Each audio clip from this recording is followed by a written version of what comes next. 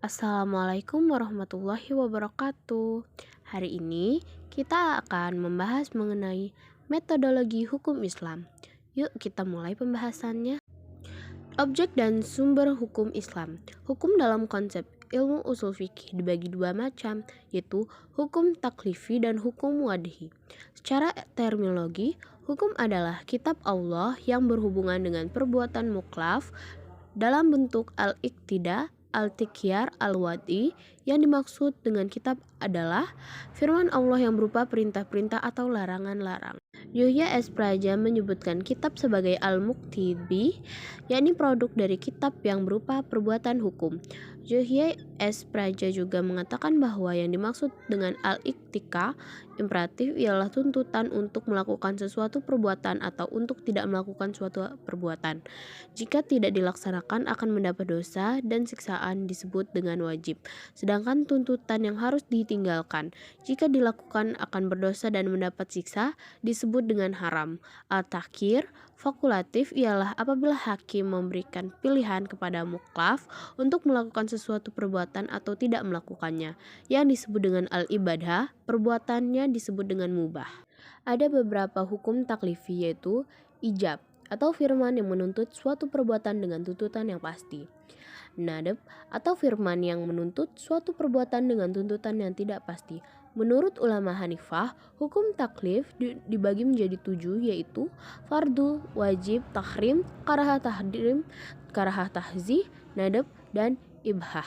Menurut ulama Hanifah, jika suatu perintah didasarkan pada dalil yang pasti seperti Al-Quran dan hadis mutawir, perintah itu disebut dengan perintah fardu. Akan tetapi, jika perintah itu berdasarkan pada dalil yang zani, perintah itu dinamakan wajib. Demikian pula halnya dengan larangan. Jika larangan itu didasarkan pada dalil yang qat'i, disebut haram. Sebaliknya, jika larangan itu didasarkan pada dalil yang zani, maka tergolong pada hukum makruh.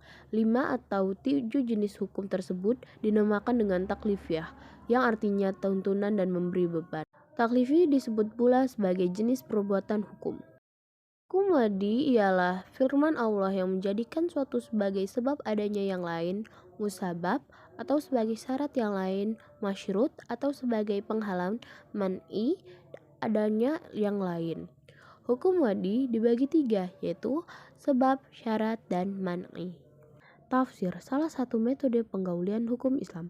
Al-Quran dan Sunnah diyakini sebagai sumber hukum Islam. Kemudian nas-nas yang terkandung di dalamnya ditunjukkan untuk mukallaf. Maka untuk mempermudah melaksanakan hukum yang dimaksud, upaya ulama di bidang usul fikih dan bidang fikih mulai menggunakan predikat rasio dalam menggali makna dan maksud yang dikandung oleh kedua sumber hukum Islam tersebut. Meskipun nas Al-Quran dan Sunnah telah mukamah, campur tangan akal tidak dapat dielakkan. Ijtihad sebagai metode penggaulian hukum Islam. Ijtihad berasal dari kata jahda, artinya al-makkah, sulit, berat, susah, atau sukar. Menurut Rahmat Syafi'i, secara etimologis, kata ijtihad artinya kesulitan dan kesusahan. Juga diartikan dengan kesanggupan dan kemampuan. At-taqat. Kata juhda yang selanjutnya menjadi ijtihad diartikan sebagai pekerjaan yang dilakukan dengan sungguh-sungguh dan mengarahkan semua tenaga. Ijtihad ialah usaha maksimal untuk mendapatkan sesuatu. Jika tidak sesungguh-sungguh, tidak dapat disebut ijtihad, melainkan takfir, berpikir biasa dan sederhana. Abdul Wahab Khalaf mendefinisikan ijtihad menurut ulama usul, yaitu mengerahkan daya dan kemampuan untuk menghasilkan hukum syara dan dalil-dalil syariah yang terperinci. Dari semua definisi tentang ijtihad dapat tersimpulkan bahwa ijtihad adalah pengarahan akal pikiran para fuqaha atau usulin menggunakan akal dengan sungguh-sungguh, berkaitan dengan hukum syar'i dan amaliyah, mengandung hukum syar'i dengan berbagai usaha dan pendekatan, dalil-dalil yang ada dirinci sedemikian rupa sehingga hilang kezahaniannya. Hasil ijtihad berbentuk fikih sehingga mudah untuk diamalkan.